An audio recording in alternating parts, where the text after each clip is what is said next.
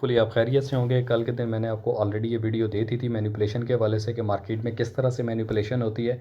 Then Friday के दिन just looking for bullish.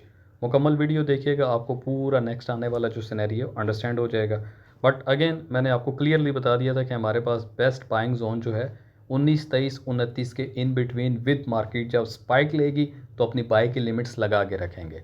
तो मज़ीद आगे चलते हैं। ऑलरेडी बुलिश मोमेंटम पे हम चल रहे थे आज के दिन। मॉर्निंग में ही मैंने आपको क्लियर कर दिया था कि डायमंड पैटर्न बन रहा है यहाँ पे, डोंट लुकिंग फॉर सेल।